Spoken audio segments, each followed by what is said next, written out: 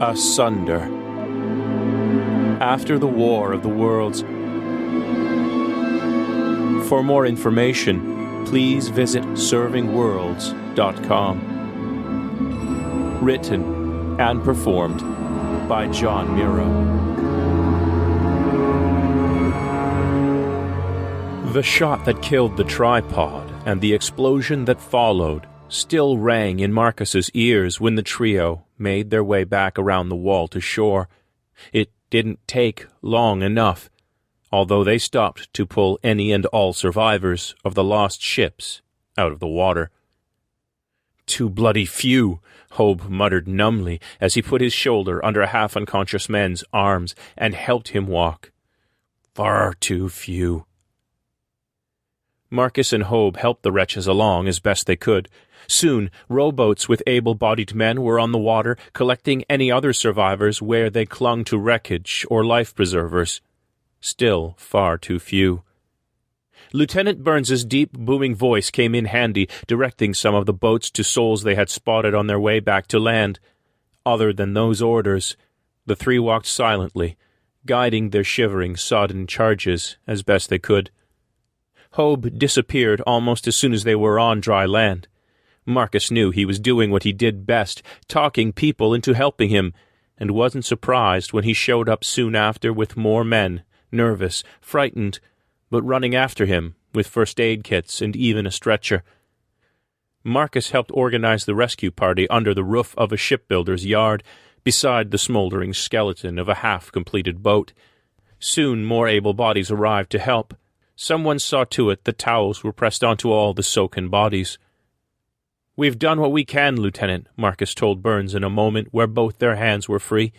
"Now, take us to the mouse hole. I need to talk to the Colonel." Burns pursed his lips. "I'm sure the Colonel knows all. I've seen at least one runner light up the hill towards the town." Marcus leaned in close and whispered in the lieutenant's ear. After only a few words, Burns jerked backwards. He grabbed Hobe's bicep and pulled him forward. "Go on, man," he called to Marcus.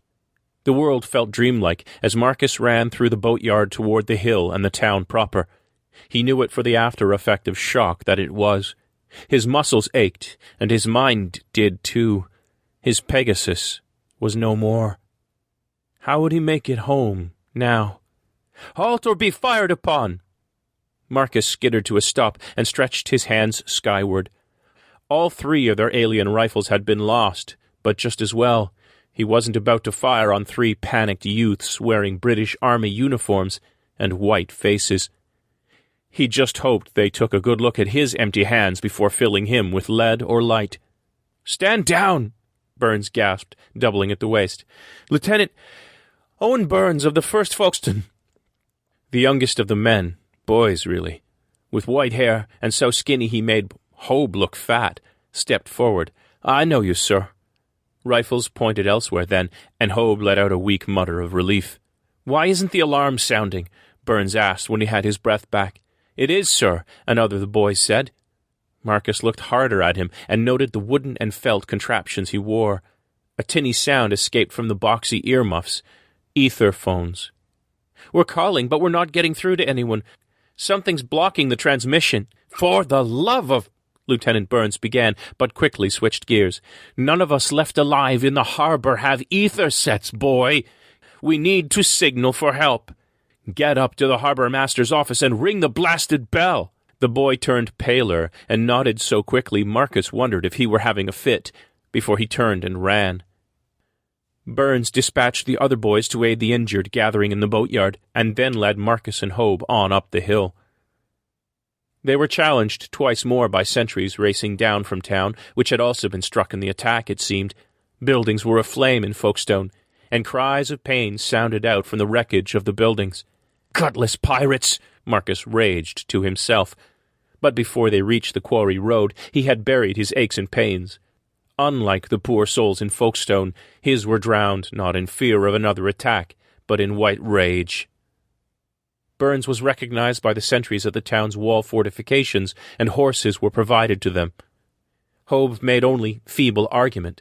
The man did not ride well, and horses did not respect him, before the three were galloping further down towards the road to the quarry pit, and the mouse hole.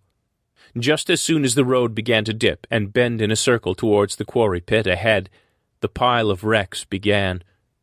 To either side of the road, higher and higher, the invaders' machines lay motionless, stacked, dead. Skyships, rocket ships, gun placements, and other stranger things lay amidst growing weeds. The tools of the conquerors vanquished. Finally they turned a corner, and beyond a stack of legs torn from walking machines, Marcus saw it. A black mouth in the earth, dug there by captured alien technology. It was the gateway to the mouse hole and the project. They slowed for another sentry post and another challenge. This time, Burns and the others were made to dismount before a squad of hard-faced soldiers. No children were these men.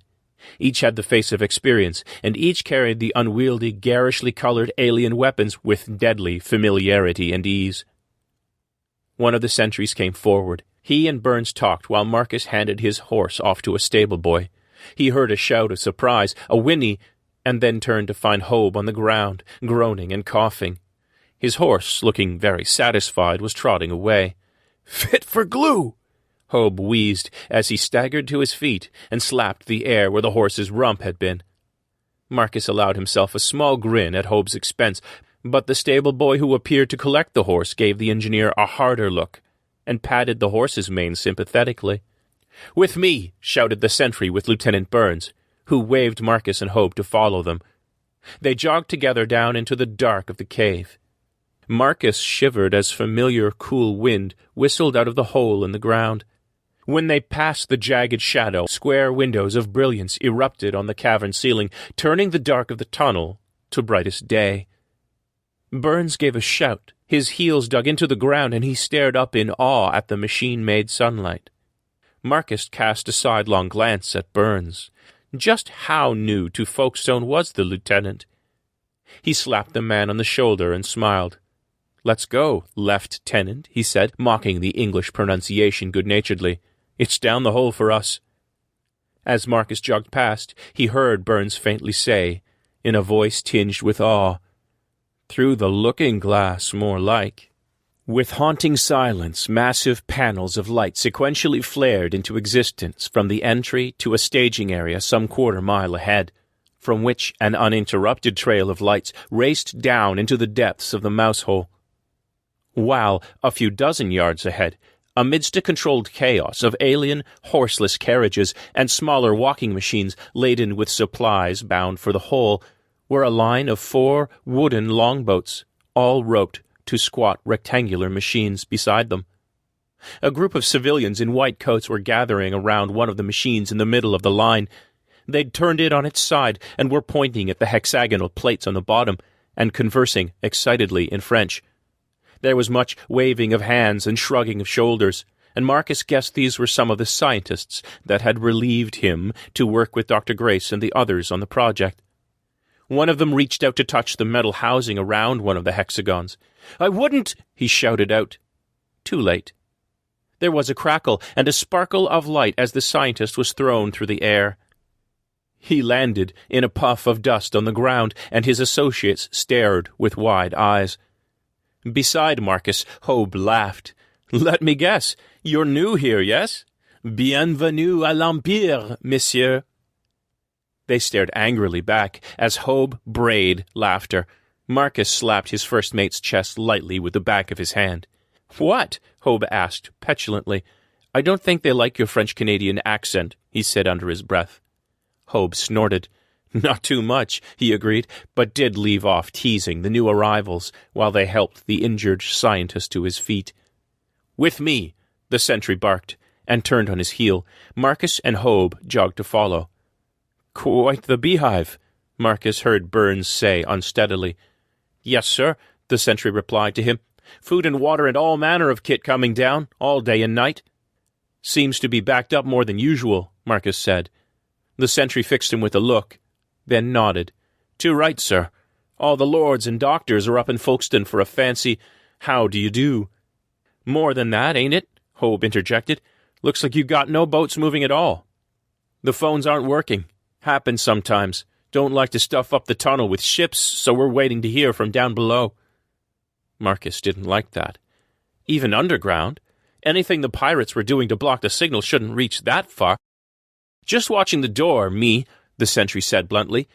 "The lieutenant here is rank enough to risk himself going down the tunnel. Alls I need to do is let you through." Hobe snorted. Marcus barely held his own snort back. Far too many soldiers displayed less wherewithal than Lieutenant Burns or the Colonel did these days. They walked in silence the rest of the way to the line of longboats nested in wooden scaffolding. After conferring with the soldier guarding the stairs of the closest longboat, the sentry turned on his heels and headed wordlessly back towards the surface, slowing only to whip off a lazy salute to Burns. Marcus watched the lieutenant return a crisp salute of his own, and then saw his back go ramrod stiff as they approached the wooden stairs to the longboat. Hobe paid the lieutenant no mind and hopped on up ahead. Marcus waited, though, an eyebrow cocked as Burns tested the stairs before following. Finally they all made it atop the stairs and hopped inside the boat. The longboat, as always, looked strange to Marcus, out of water. Where once 8 oarsmen, 2 by 2, would power the craft, the space was now largely empty. "Boats ought to be in water," Hobe grumbled, moving to the back of the boat to lift the lid on the supply trunk there. He drew brown, heavyweight leather jackets from the trunk for all the men and passed them out. "Oh, don't know about that," Marcus teased. "You wouldn't want to fly one of those sky ships, say?" He knew that Hobe did, but wouldn't admit he was as fascinated by the alien technology as he dreaded it. "Not likely they'll let me, now is it?" Hobe sniffed, reaching back in the trunk for a handful of leather-strapped, clear-lensed goggles. Marcus held out a pair to Burns, then tugged his own over his forehead. Burns watched him do so, then doffed his pith helmet and placed it beneath the first row of wooden benches running parallel down the middle of the boat. By this time Hobe had closed the trunk and leaned one hip against it, gentle humor painting his face as he watched Burns awkwardly pull the goggles down over his head. Marcus remembered the soldier's surprise when he'd first seen the automatic light panels incandesce, and how leery he'd been climbing into the boat. "You haven't been down the mouse hole before, have you, Lieutenant?"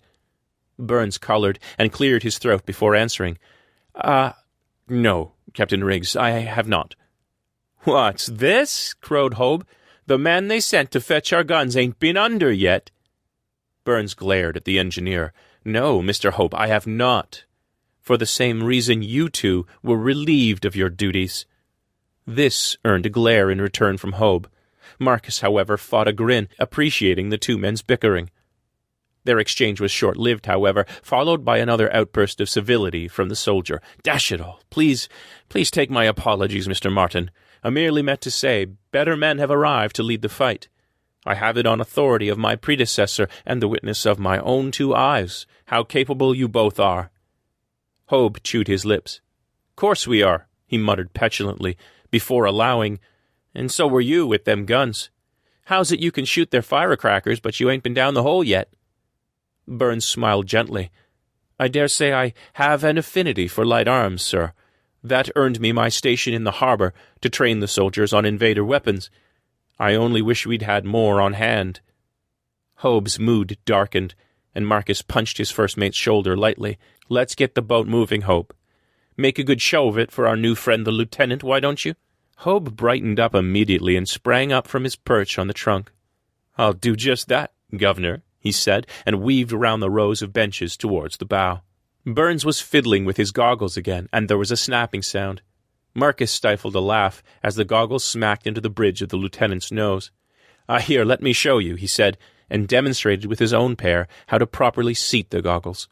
"What's the point of these damned things?" the soldier asked as he practiced on his own. "Ever stick your head out of a train?" Marcus asked, "only to get a mouthful of grit and bugs in the wind?"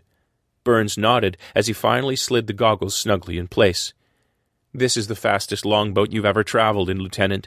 It makes a train at full steam look like your great-grand strolling home from Sunday service."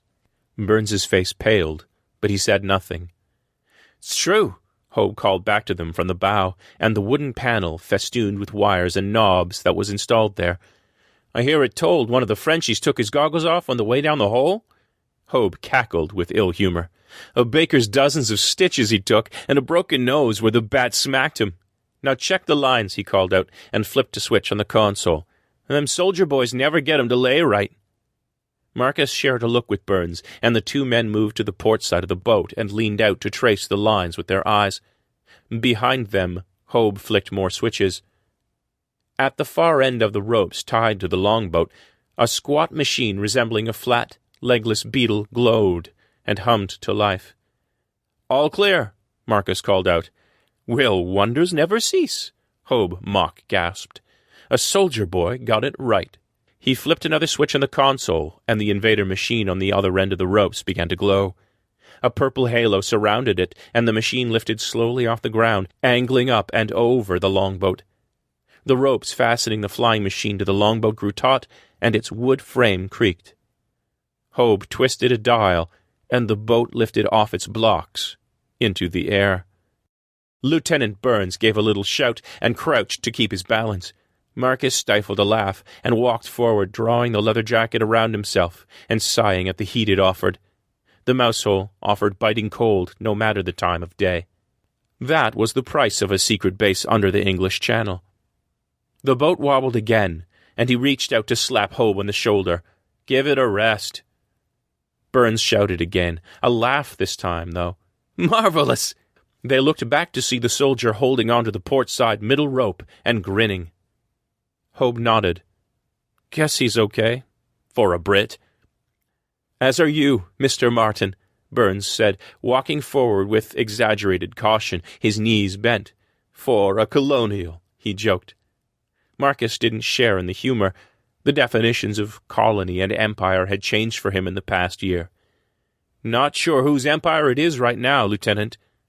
"The Commonwealth will be ours soon, sir, by the grace of Queen Victoria's continued health." "Those cowardly creatures," Burns growled.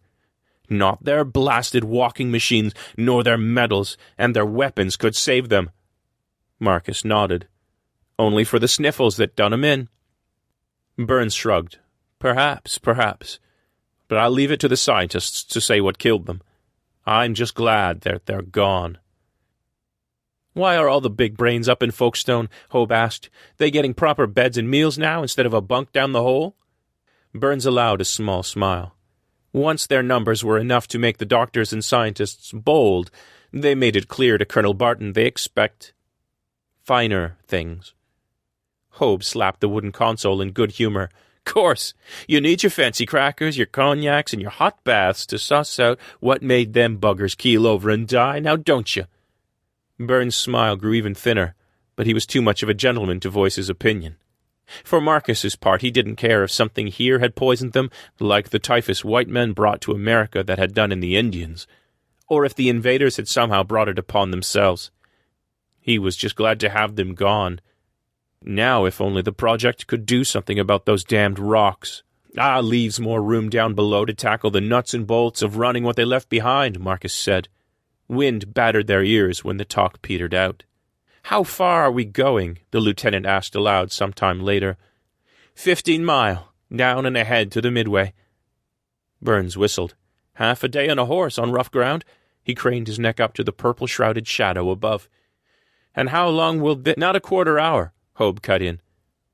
The wind whistled past over Burns' stunned silence for a minute or more. "The devil's spore great gifts," he finally managed, before lapsing into silence again. Marcus hated that silence. It left him alone with his thoughts. Word from the Americas was scattershot at best. The rituals the Pegasus demanded before being set to sail, and absconding from the hole with the cannon before that, had kept his fears for Samantha and Robert buried, as he had all year, by the work ahead. But now he had no work, and no idea what had befallen his family. Had they survived the invasion? Their farm on the outskirts of Dartmouth, Nova Scotia, was across the water from the town proper, and the boatyards which he feared might have drawn the invader's eye. But still too close. "You should have been there," Marcus thought to himself. "You were gone when they needed you to keep them safe. Now, have you killed them, Marcus? Samantha and Robert, have you killed them?" Marcus was left with his thoughts as the silence continued, only the wind and his guilt battering him as they went deeper down the mouse hole.